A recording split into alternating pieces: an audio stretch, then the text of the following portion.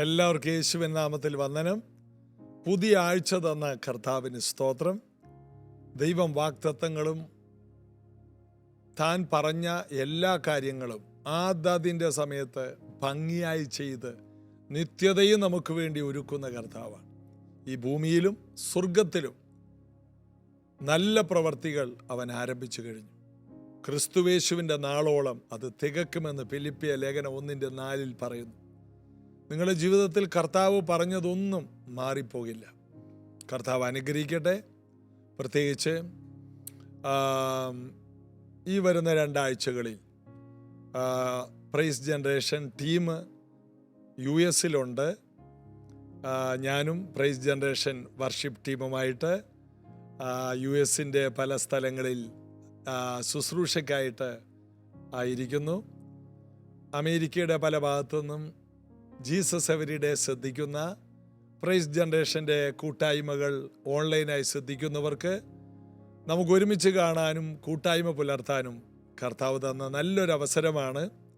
അതുകൊണ്ട് ഈ പറയുന്ന ഡേറ്റുകൾ നിങ്ങൾ നോട്ട് ചെയ്യുക.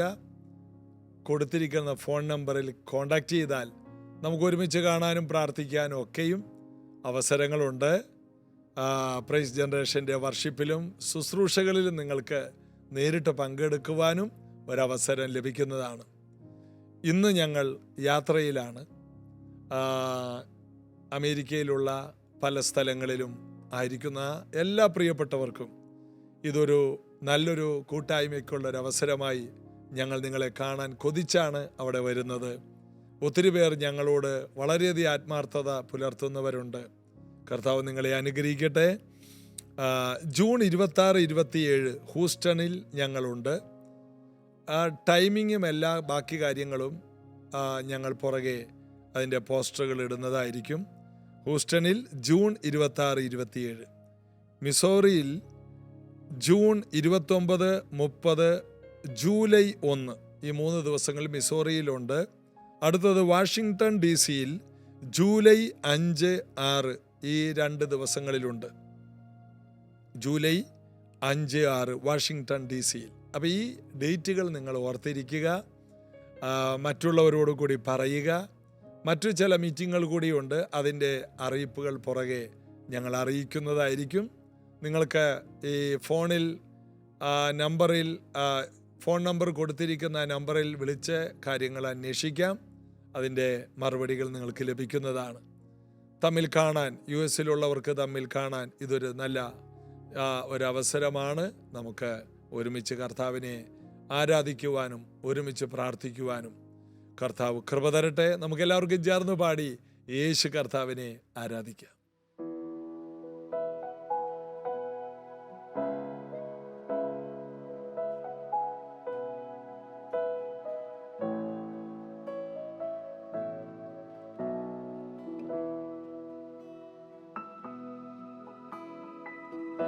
എൻ ബലഹീനതയിൽ ബലവാൻ നീ, തിരുവചനം എന്റെ നിക്ഷേപം, അങ്ങാണൻ സർവ്വവും. ഈ ലോകത്തിൻ്റെ ധനത്തേക്കാൾ വിലയേറിയത് ഞാൻ നേടി, അങ്ങാണൻ സർവ്വവും. എൻ ബലഹീനതയിൽ ബലവാൻ നീ, തിരുവചനം എന്റെ നിക്ഷേപം, അങ്ങാണൻ സർവ്വവും. ഈ ലോകത്തിൻ്റെ ധനത്തേക്കാൾ വിലയേറിയത് ഞാൻ നേടി, അങ്ങാണൻ സർവ്വവും.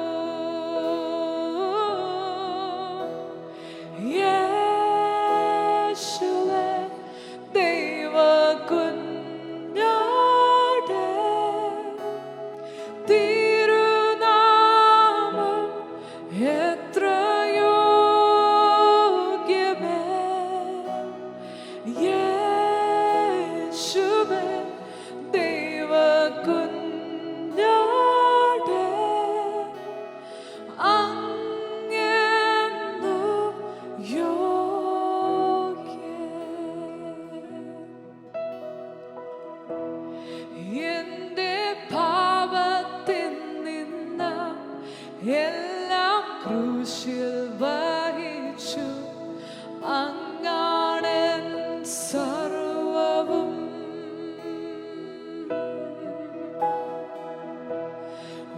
വീഴ്ചകളെന്തു വന്നാലും തിരുക്കരങ്ങൾ എന്നെ താങ്ങും. അങ്ങാണെൻ സർവവും. എൻ പാപത്തിൽ എന്റെ പാപത്തിൽ നിന്ന എല്ലാം ക്രൂശിൽ വഹിച്ചു. അങ്ങാണെൻ സർവവും.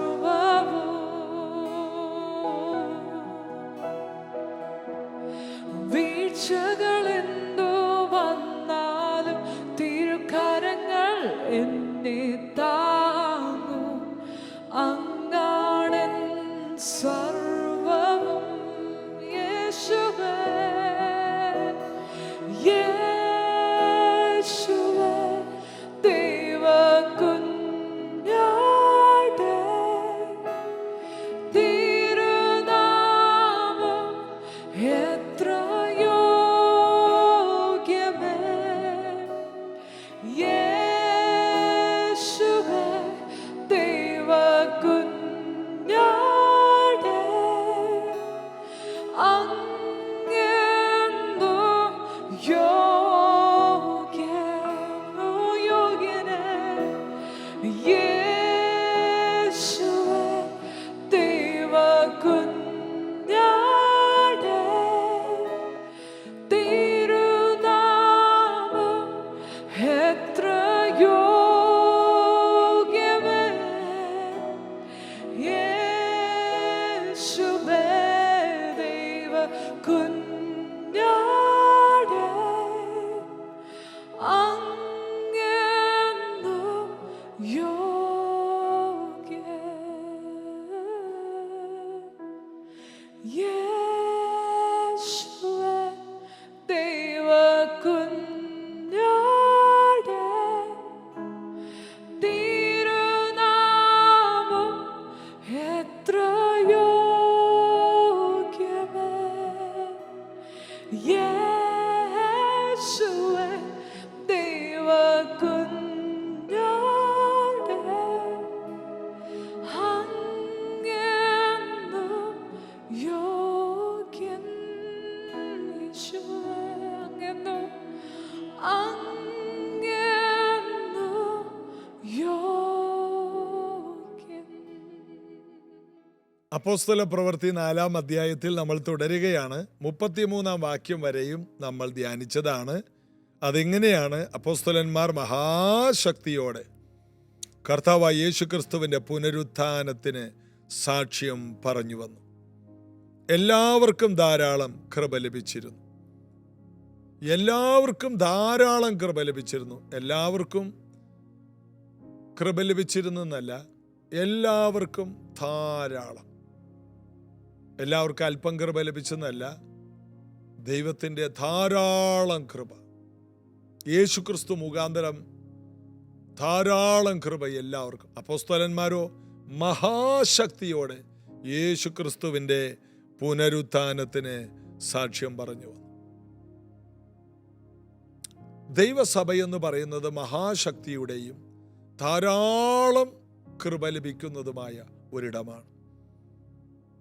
മഹാശക്തി ഇല്ലെങ്കിൽ ഈ ശുശ്രൂഷ മുന്നോട്ട് നിലനിൽക്കില്ല, മുന്നോട്ട് പോകില്ല. എവിടെ മഹാശക്തി കുറഞ്ഞുവോ അവിടെ നിന്ന് ദൈവസഭ ഇല്ലായ്മയായി. AD 4-ാം നൂറ്റാണ്ടിന് ശേഷം സഭ പിന്നീട് ഒരു മതമായി മാറി. ദൈവശക്തി എവിടെ ചോർന്നുവോ, ധാരാളം കൃപയുള്ളവരുടെ എണ്ണം കുറഞ്ഞപ്പോൾ, മഹാശക്തിയുള്ളവർ ഇല്ലാതെയായപ്പോൾ, പരിശുദ്ധാത്മാവിൻ്റെ ചലനമില്ലാതെയായപ്പോൾ സഭകളെല്ലാം ഇല്ലാതെയായെന്നല്ല, സഭകൾ മതമായി മാറി.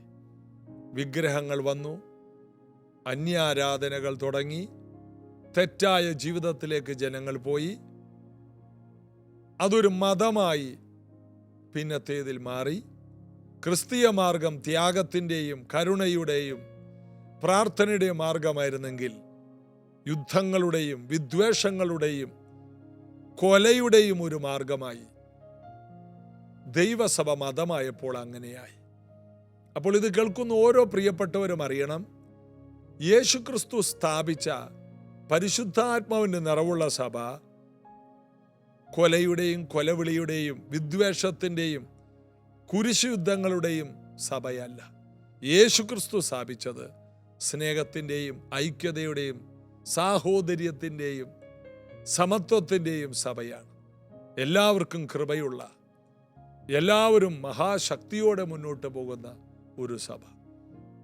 അവിടെ വരുന്നവർ സൗഖ്യമാകും, അവിടെ വരുന്നവരുടെ ബന്ധനം അഴിയും, അവർ ഒരു പുതിയ സകല ബുദ്ധിയും കവിയുന്ന സമാധാനത്തിൽ നിറഞ്ഞവരായിരുന്നു. ഇതൊക്കെയാണ് പിന്നീട് നമ്മൾ 1-ാം നൂറ്റാണ്ടിലെ സഭയിൽ കാണുന്നത്. അതായത് 34-ാം വാക്യത്തിൽ മുട്ടുള്ളവർ ആരും അവരിൽ ഉണ്ടായിരുന്നില്ല. അത് സാമ്പത്തിക മേഖലയെക്കുറിച്ചാണ് പറയുന്നത്. അതിൻ്റെ കാരണം നിലങ്ങളുടെയും വീടുകളുടെയും ഉടമസ്ഥരായവർ ഒക്കെയും അവയെ വിറ്റ് വില കൊണ്ടുവന്ന് അപ്പോസ്തലന്മാരുടെ കാൽക്കൽ വയ്ക്കും. പിന്നെ ഓരോരുത്തരും അവനവൻ്റെ ആവശ്യം പോലെ വിഭാഗിച്ചു കൊടുക്കും. ആവശ്യം പോലെ.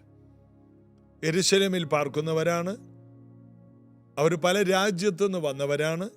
യെരുശലേം സിറ്റിയിലുള്ളവരെല്ലാം വലിയ സമ്പന്നരാണ്, പല രാജ്യങ്ങളിൽ നിന്ന് പെരുന്നാളിന് വന്നവരാണ്. ഒരു സാധാരണക്കാരല്ല, വിദ്യാഭ്യാസപരമായും സാമ്പത്തികമായും എല്ലാം ഉയർന്ന നിലവാരമുള്ളവർ. അവരുടെ വസ്തുക്കളിൽ ചിലത് വിറ്റ് അവർക്ക് ആവശ്യം പോലെയുണ്ട്. 5-10 വീടൊക്കെ ഉള്ളവരുണ്ട്, ധാരാളം നിലങ്ങളുള്ളവരുണ്ട്, പല രാജ്യങ്ങളിൽ വീടുകളൊക്കെ ഉള്ളവരുണ്ട്. എന്നാൽ അവർക്ക് ആവശ്യം പോലെ ഉള്ളതുകൊണ്ട് ഇല്ലായ്മക്കാർക്ക് പോലും കൊടുക്കുവാൻ അവർ മനസ്സ് കാണിച്ചവരായിരുന്നു. ആവശ്യം പോലെ പങ്കിട്ട് കൊടുത്തു. അതുകൊണ്ട് അവിടെ ആരും ഇല്ലായ്മക്കാർ ഉണ്ടായിരുന്നില്ല. അതിനെ അവർ അവസരം കൊടുത്തില്ല. എനിക്ക് ഇതില്ല, ഞാൻ ദാരിദ്ര്യത്തിലാണ്, എനിക്ക് നല്ല വസ്ത്രമില്ല എന്ന് പറയാൻ അവിടെ ആരുമില്ലാതെ വണ്ണം യേശുക്രിസ്തുവിൻ്റെ ആ സ്നേഹത്തിൻ്റെ അനുകമ്പയുടെ ആത്മാവിനാൽ അവർ ധാരാളം നിറഞ്ഞവരായിരുന്നു. എല്ലാവർക്കും ധാരാളം കൃപയുണ്ടായിരുന്നു. കൊടുക്കുവാനുള്ള കൃപ, സഹായം ചെയ്യാനുള്ള കൃപ, മറ്റുള്ളവരുടെ കണ്ണുനീര് തുടക്കാനുള്ള കൃപ, മറ്റുള്ളവരെ കേൾക്കാനുള്ള കൃപ, മറ്റുള്ളവരുടെ വേദനയിലേക്ക് ഇറങ്ങി ചെല്ലാനുള്ള കൃപ. ഈ കൃപയൊന്നും പലർക്കും താല്പര്യമില്ല. എന്താണ്? അതിന് ഇത്തിരി ചെലവാ, ബാങ്കിലെ കുറച്ച് പൈസ ചെലവാകും, പോക്കറ്റിലെ പൈസ കാലിയാകും, ഇതൊക്കെ സംഭവിക്കും. യേശുവിന് പോക്കറ്റ് പോലും ഉണ്ടായോന്ന് അറിയില്ല. കാരണം യേശുവിൻ്റെ കയ്യിൽ ഒന്നും ഇരിക്കില്ല, എല്ലാം ചെലവാക്കുന്നവനാണ്. അതുകൊണ്ടാണ് യേശുവിനെ കുറിച്ച് പറയുന്നത്, തക്ക സമയത്ത് ഉയർത്തുന്നവൻ്റെ കൈക്കീഴെ ഇരുന്നാൽ മതിയെന്ന്. അതിന് ഒരു സഹോദരൻ പറഞ്ഞത്, യേശുവിൻ്റെ കൈക്കീഴെ ഇരുന്ന എല്ലാം, യേശുവിൻ്റെ കയ്യിലുള്ള എല്ലാം നമ്മുടെ കയ്യിൽ വരും. കാരണം യേശുവിൻ്റെ കൈകൾക്ക് 2 ദ്വാരമുണ്ട്. കാൽവരി ക്രൂശിൽ ആണികൾ അടിക്കപ്പെട്ട ആ ദ്വാരം, ആ ദ്വാരമുള്ളത് കൊണ്ട് യേശുവിൻ്റെ കയ്യിൽ ഒന്നും ഇരിക്കില്ല. അവൻ്റെ കാൽക്കൽ ഇരിക്കുന്നവരുടെ അടുക്കിലേക്ക് ഇതെല്ലാം ചോർന്നു വരും. അതുകൊണ്ട് കർത്താവിൻ്റെ കാൽക്കൽ ഇരിക്കുന്നവർ അനുഗ്രഹീതരാണ്. ആ കർത്താവിൻ്റെ മക്കളും നമ്മുടെ കയ്യിലുള്ളത് മറ്റുള്ളവർക്ക് കൂടി ചെലവിടാനും മനസ്സുള്ളവരാകണം. അതുകൊണ്ടാണ് പത്രോസ് യോഹന്നാനും അപ്പോസ്തലന്മാരായ ബർന്നബാസിനോടും പൗലോസിനോടൊക്കെ സംസാരിക്കുമ്പോൾ അനാഥരെയും വിധവമാരെയും ഓർത്തുകൊള്ളണം എന്ന് പറഞ്ഞത്. അങ്ങനെ ചെയ്യാൻ അവർ വളരെയധികം ഉത്സാഹിച്ചിരുന്നു എന്നും നമ്മളവിടെ വായിക്കുന്നു. അവർ വളരെയധികം ആ കാര്യത്തിൽ വളരെ ചെലവ് ചെയ്യുന്നവരായിരുന്നു. അവർ വളരെയധികം അധ്വാനിച്ച്, കൈകൊണ്ട് അധ്വാനിച്ച് മറ്റുള്ളവരെ പോഷിപ്പിച്ചിരുന്നു. പൗലോസ് മറ്റുള്ളവരെ ആശ്രയിക്കാതിരിക്കാൻ ജോലി ചെയ്ത് സുവിശേഷ വേല ചെയ്തു. സുവിശേഷ വേല ഇതൊരു വരുമാന മാർഗമല്ല, ഇതൊരു ചെലവ് ചെയ്യുന്ന മാർഗമാണ്. വരുമാന മാർഗമാക്കിയ ഒരാൾക്കും ഇതിൽ വിജയിക്കാൻ കഴിയില്ല. ചെലവ് ചെയ്യുന്ന ഒരു മാർഗമാണെങ്കിൽ, അതായത് നിന്റെ വലം കൈ ചെയ്യുന്നത് ഇടം കൈ പോലും അറിയാത്ത നിലയിൽ നീ ചെലവ് ചെയ്യുന്ന വ്യക്തിയാണെങ്കിൽ നീ വർദ്ധിച്ചുകൊണ്ടേയിരിക്കും. ഗലീലക്കടലും ചാവുകടലും പോലെ. ചാവുകടലിൽ ഒരു ജീവജാലങ്ങളുമില്ല. കാരണം എല്ലാ വെള്ളവും ചാവുകടലിൽ വന്ന് അവസാനിക്കും. അവിടെ നിന്ന് ആർക്കും അത് കൊടുക്കുന്നില്ല. എന്നാൽ ഗലീലക്കടലിൻ്റെ പ്രത്യേകത, അവിടെ വരുന്നതെല്ലാം അടുത്ത സ്ഥലത്തേക്ക് ഒഴുകിപ്പോകും. അതുകൊണ്ട് അവിടെ ധാരാളം മത്സ്യങ്ങളുണ്ട്. ഒരിക്കലൊരു ദേവദാസൻ പറഞ്ഞത് 153 തരം മത്സ്യങ്ങളുണ്ട്. അതുകൊണ്ടാണ് യേശു 153 തരത്തിലുള്ള വലിയ മത്സ്യങ്ങളെ യോഹന്നാന്റെ സുവിശേഷം 21 അധ്യായത്തിൽ ആ വലയിൽ കയറ്റിയത്. കുഞ്ഞുങ്ങളെ കൂട്ടുവാൻ വല്ലതുമുണ്ടോ? ഒന്നുമില്ല. ആഴത്തിലേക്ക് വലത്തുഭാഗത്തേക്ക് വീശാൻ പറഞ്ഞു. വീശിയപ്പോൾ 153 വലിയ മീനുകൾ. എല്ലാ വെറൈറ്റി മീനിലും വലിയ മീൻ അതിനകത്ത്. അതിൻ്റെ ലീഡേഴ്സ് വന്ന് കയറി. കർത്താവിന് സെലക്ട് ചെയ്ത് നിന്റെ വലക്കകത്ത് ഏറ്റവും വെറൈറ്റി കയറ്റാനും എല്ലാറ്റിൽ നിന്നും ഓരോന്ന് കയറ്റാനും കർത്താവിന് കഴിയും എന്ന് കാണിക്കാനാണ് കർത്താവ് ചെയ്തത്. അതായത് നീ ഒന്ന് മാത്രമല്ല ആസ്വദിക്കേണ്ടത്, നീ ഒരേ സമയത്ത് തന്നെ പലതും ആസ്വദിക്കാൻ കർത്താവ് നിന്നെ നയിക്കാൻ ശക്തനാണ്. അതായത് നീ ജോലി ചെയ്യുമ്പോൾ തന്നെ നിനക്കൊരു ബിസിനസ് തരാൻ കർത്താവ് ശക്തനാണ്. നീ ബിസിനസ് ചെയ്യുമ്പോൾ തന്നെ നീ ഒരു വലിയ ശുശ്രൂഷകനായി ജീവിപ്പാൻ കർത്താവ് മതിയായവനാണ്. നീ ശുശ്രൂഷ ചെയ്യുമ്പോൾ തന്നെ മീഡിയയിൽ വളരെയധികം ശക്തമായി ദൈവം നിന്നെ മറ്റു പല കാര്യങ്ങൾക്ക് ഉപയോഗിക്കാൻ ശക്തനാണ്. ഒരേ സമയം 100 കണക്കിന് കാര്യങ്ങൾ ഒരേ നിലവാരത്തിൽ ചെയ്യിപ്പിക്കാൻ കഴിവുള്ള, അത് ആസ്വദിക്കുവാൻ അനുഭവിക്കാൻ കഴിവ് തരുന്ന ഒരു കർത്താവിനെയാണ് നാം സേവിക്കുന്നത്. ഈ ദൂതുകൾ തിരിച്ചറിയുന്നവർക്കായി കർത്താവിനെ സ്തുതിക്കുന്നു. അതുകൊണ്ട് കർത്താവിൽ ധൈര്യപ്പെടുക, കർത്താവിൽ ബലപ്പെടുക. ഇവർക്ക് ധാരാളം കൃപ ലഭിച്ചിരുന്നു. റോമാലേഖനം 12 അധ്യായം 3 മുതൽ വായിക്കുമ്പോൾ, ഭാവിക്കേണ്ടതിന് മീതെ ഭാവിച്ച് ഉയരാതെ ഓരോരുത്തർക്ക് ലഭിച്ചിരിക്കുന്ന കൃപക്കത്തവണ്ണം എന്നവിടെ പറയുന്നു. അവിടെ ഓരോ കാര്യങ്ങൾ, പ്രവചനമെങ്കിൽ വിശ്വാസത്തിനൊത്ത്, സഹായം ചെയ്യാൻ എങ്കിൽ ദൈവം ഏൽപ്പിച്ചതുപോലെ, ശുശ്രൂഷയെങ്കിൽ ശുശ്രൂഷ. എന്താണ് ദൈവം ഏൽപ്പിച്ചത്? അത് ലഭിച്ച കൃപയ്ക്കൊത്തവണ്ണം നന്നായി ഭംഗിയായി ചെയ്യുക. ഏറ്റവും നന്നായി. യേശു എല്ലാം, അവൻ സകലതും നന്നായി ചെയ്തു.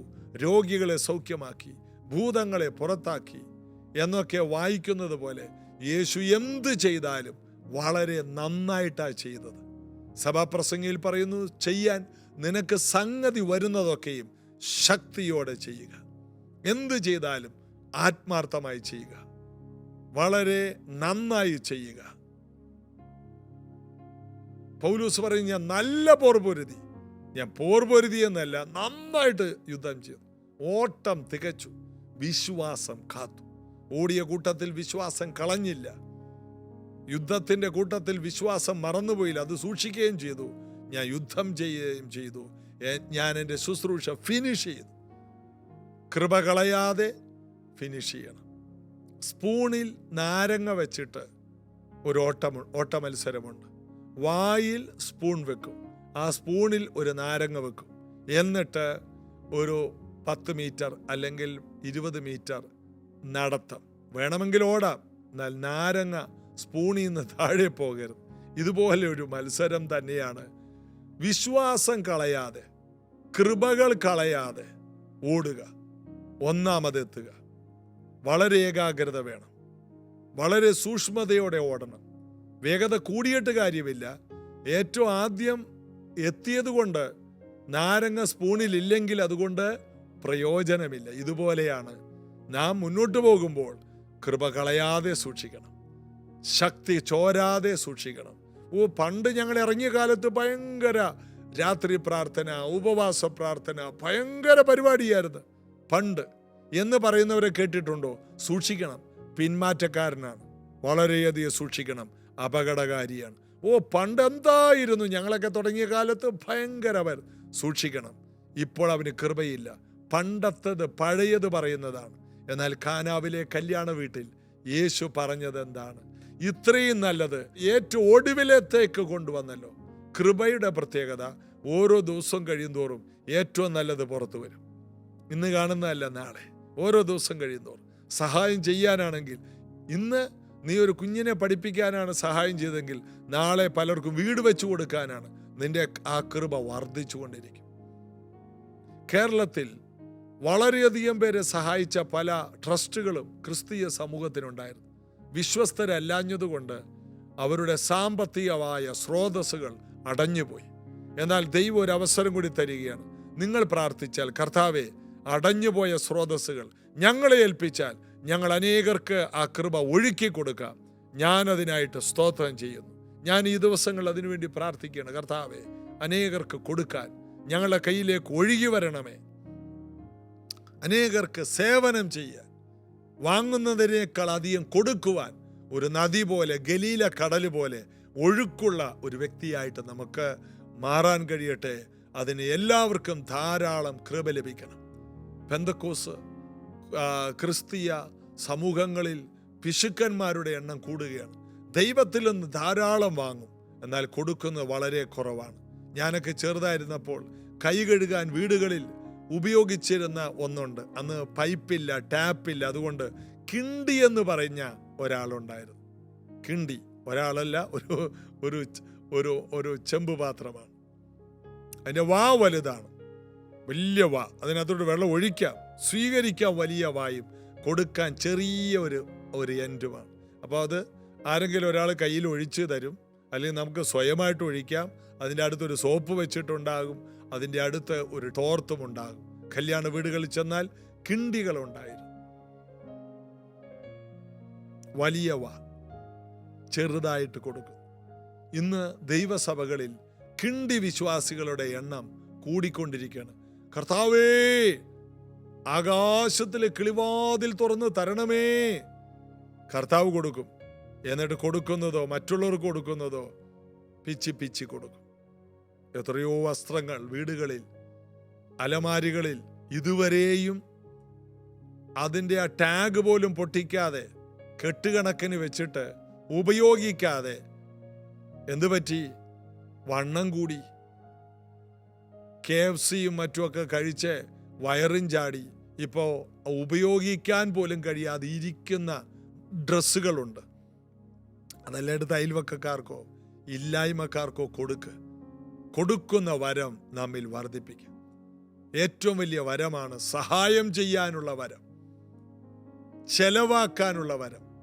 ഒരു സത്യം അറിയാമോ? ദൈവരാജ്യത്തിൽ ചെലവാക്കാൻ തുടങ്ങിയാൽ അവൻ്റെ രാജ്യനീതി അന്വേഷിക്കുകയാണ്. ആരാണ് മുട്ടുള്ളവർ?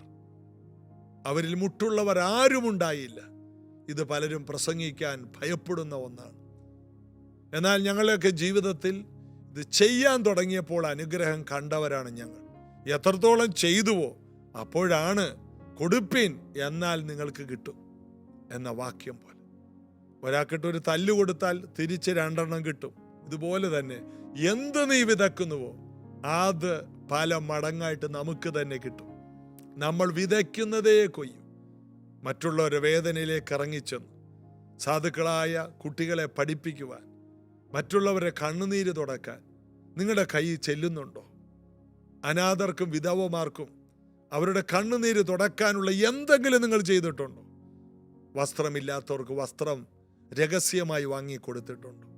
ചെരുപ്പില്ലാത്തവർക്ക് നിങ്ങളുടെ ചെരുപ്പ് വാങ്ങുന്ന കൂട്ടത്തിൽ നിങ്ങളുടെ അടുത്തിരിക്കുന്ന ആളുടെ കാലിൻ്റെ ചെരുപ്പിൻ്റെ ആ സൈസ് മനസ്സിലാക്കിയിട്ടുണ്ടോ? നിങ്ങളുടെ കൂടെ നടക്കുന്നവരുടെ ഷർട്ടിൻ്റെ, പാൻറ്റിൻ്റെ സൈസ് നിങ്ങൾക്കറിയാമോ? അവരുടെ ചുരിദാറിൻ്റെ, അവരുടെ ആ കാര്യങ്ങൾ നിങ്ങൾക്കറിയാം. അവരുടെ ഇല്ലായ്മകൾ നിങ്ങൾ മനസ്സിലാക്കിയിട്ടുണ്ടോ? എന്നും ഒരു ഡ്രസ്സ് മാത്രം ഇട്ടുകൊണ്ട് വരുന്ന ഒരു സഹോദരി നിങ്ങൾ അടുത്തിരിക്കുന്നുണ്ടോ? കീറിയ സ്കൂൾ ബാഗ് കൊണ്ട് കുഞ്ഞുങ്ങളെ നിങ്ങളുടെ കൂടെ സ്കൂളിൽ ആരെങ്കിലും വരുന്നുണ്ടോ? ഇതൊക്കെ കാണാൻ യേശുവിൻ്റെ കണ്ണുണ്ടെങ്കിൽ, യേശുവിൻ്റെ കണ്ണ് അങ്ങനെയൊക്കെ നോക്കും. അങ്ങനത്തെ ഒരു കണ്ണുണ്ടെങ്കിൽ നിങ്ങൾ അതുപോലെ ചെയ്യാൻ തുടങ്ങുമ്പോൾ നിങ്ങളുടെ കൈകൾ വർദ്ധിക്കും. വെറുതെ കർത്താവെ തരണേ എന്ന് കിണ്ടി വിശ്വാസി പ്രാർത്ഥിക്കുന്നത് പോലെ പ്രാർത്ഥിക്കരുത്. കഴിഞ്ഞ ദിവസവും കഴിഞ്ഞ 2-3 വർഷങ്ങൾക്ക് മുമ്പ് ഒരു കണക്കെടുത്തപ്പോൾ 90-ലധികം കോടി രൂപ തിരുവല്ലയിൽ പല ബാങ്കുകളിലും ആരോരുമില്ലാതെ കിടക്കുന്നു. കാരണം എന്താണ്? വിശ്വാസികളുടെ പൈസയാണ്, പ്രാർത്ഥനക്കാരുടെ പൈസയാണ്. കരഞ്ഞ് ദൈവത്തോട് നിലവിളിച്ച് ചോദിച്ച് വാങ്ങി ബാങ്കിലിട്ടിട്ട് മക്കളോട് പോലും പറയാതെ തട്ടിപ്പോയ, അല്ലെങ്കിൽ സ്റ്റാൻഡ് വിട്ടുപോയ അവരെ വേറെ എങ്ങനെ വർണ്ണിക്കാനാണ്? ആർക്കും കൊടുത്തില്ല. അറുത്ത കൈക്ക് ഉപ്പ് തേക്കാത്ത ആൾക്കാരുണ്ട്. ആർക്കും ഒന്നും കൊടുക്കില്ല. അങ്ങനെയുള്ളവർ സന്തോഷം അനുഭവിക്കില്ല. മറ്റുള്ളവർക്ക് കൊടുക്കുമ്പോൾ ഉണ്ടാകുന്ന ഒരു സന്തോഷം. ഞങ്ങളുടെയൊക്കെ അമ്മമാര് വീടുകളിൽ അവരുടെ കയ്യിൽ ആരെങ്കിലും അതിൽ കൊടുത്താൽ അവർ അത് കയ്യിൽ പിടിച്ചിട്ട് മക്കൾക്ക് കൊടുക്കും. എന്നിട്ട് അവർ തിന്നുന്നത് കണ്ട് നോക്കി സന്തോഷിക്കും. അമ്മമാര് പലപ്പോഴും വിളമ്പിക്കഴിയുമ്പോൾ അമ്മമാർക്ക് ചോറ് മാത്രം ഉണ്ടാവും, കറി ഉണ്ടാകത്തില്ല. എന്നാൽ മക്കൾ തിന്നുന്നത് കണ്ട് സന്തോഷിക്കുന്ന അമ്മമാരുടെ ഒരു കാലമുണ്ടായി. ഇപ്പോഴുണ്ടോയെന്ന് അറിയില്ല, കുറവാ. അപ്പോൾ മറ്റുള്ളവർക്ക് കൊടുക്കുമ്പോൾ നമുക്കുണ്ടാകുന്ന ഒരു ആനന്ദം അത് നമ്മളുടെ ജീവിതത്തിൽ ഓവർഫ്ലോ ആകട്ടെ. അതാണ് ഈ അധ്യായത്തിൽ കാണുന്നത്. എല്ലാവർക്കും സമത്വമുണ്ടായി, വാരിക്കോരി കൊടുത്തു. മറ്റുള്ളവർക്ക് കൊടുക്കാൻ കഴിയുന്നില്ലെങ്കിൽ നമ്മൾ അധ്വാനിച്ചത് വെറുതെ ആയില്ലേ? കർത്താവിൽ നമുക്ക് ആശ്രയിക്കാം, നമുക്ക് പ്രാർത്ഥിക്കാം. കർത്താവെ, മറ്റുള്ളവർക്ക് കൊടുക്കാൻ കൂടി എനിക്ക് തരണേ. എനിക്കൊരു ജോലി കിട്ടിയാൽ, എനിക്കൊരു ഡ്രസ്സ് കിട്ടിയാൽ മറ്റുള്ളവർക്ക് കൂടി കൊടുക്കാൻ, എനിക്കൊരു ഭക്ഷണം ഒരാൾ വാങ്ങിത്തന്നാൽ മറ്റുള്ളവർക്ക് കൂടി വാങ്ങിക്കൊടുക്കാൻ എൻ്റെ മാതാപിതാക്കൾ ഞങ്ങളെ പഠിപ്പിച്ചത് അതാ. അവരുടെ ഇല്ലായ്മയിൽ അവർ വാരിക്കോരി കൊടുക്കുമായിരുന്നു. അവർ വിശ്വാസികളല്ലായിരുന്നു. അതുകൊണ്ട് അതൊരു അനുഗ്രഹമായി നാളെ പിന്നത്തേതിൽ ഞങ്ങൾക്ക് വന്നു. കർത്താവിൻ്റെ സന്നിധിയിൽ ഏൽപ്പിക്കണം. കർത്താവിൻ്റെ ഹൃദയമുള്ളവർ, കണ്ണുള്ളവരുമായി മാറണം. പ്രാർത്ഥിക്കാം. യേശുവേ, മറ്റുള്ളവർക്ക് വേണ്ടി ചെലവിടുന്ന ഹൃദയത്തിൻ്റെ ഉടമസ്ഥരാക്കി ഞങ്ങളെ മാറ്റണം. ഈ സന്ദേശം അനേകർക്ക് മാറ്റങ്ങൾ കൊണ്ടുവരട്ടെ. കിണ്ടി വിശ്വാസികളായി കൂടുതൽ വാങ്ങി ആർക്കും കൊടുക്കാതെ ഞാനും എൻ്റെ ഭാര്യ മക്കളെന്നുള്ള സ്വാർത്ഥതയിൽ ജീവിച്ച് മനുഷ്യർക്ക് പ്രയോജനമില്ലാതെ തീർന്നു പോകുന്ന ആരും ജീസസ് എവരിഡേ ശ്രദ്ധിക്കുന്നവരിൽ ഉണ്ടാകരുതേ. കൊടുക്കുന്നവരാകട്ടെ, ചിലവിടുന്നവരാകട്ടെ, മറ്റുള്ളവരുടെ സങ്കടങ്ങളിലേക്ക് ഇറങ്ങിച്ചെല്ലുന്നവരാകട്ടെ. അനുഗ്രഹിക്കുന്നു. കർത്താവ് അത് ചെയ്യണം. ഇവർ സൗഖ്യങ്ങൾ പ്രാപിക്കട്ടെ, സമാധാനം പ്രാപിക്കട്ടെ, കൃപകൾ പ്രാപിക്കട്ടെ, മഹാശക്തി പ്രാപിക്കട്ടെ. യേശുവിൻ നാമത്തിൽ പിതാവേ, ആമേൻ. യേശു കർത്താവ് നിങ്ങളെ അനുഗ്രഹിക്കട്ടെ. ഞാൻ ആരംഭത്തിൽ പറഞ്ഞതുപോലെ ഈ ആഴ്ചയിൽ ഞങ്ങൾ ഹൂസ്റ്റണിലുണ്ട്, മിസൗറിയിലുണ്ട്, അതുകൂടാതെ വാഷിങ്ടൺ DC-യിലുണ്ട്. പോസ്റ്ററുകൾ നിങ്ങൾ കാണുക, ഫോൺ നമ്പറുകൾ നോട്ട് ചെയ്യുക. അതിനെക്കുറിച്ചുള്ള വിശദ വിവരങ്ങൾ ഞങ്ങൾ വീണ്ടും നിങ്ങളെ അറിയിക്കുന്നതാണ്. നാളെ ജീസസ് എവരിഡേ ഇതേ സമയത്ത് വീണ്ടും കാണാം. God bless you.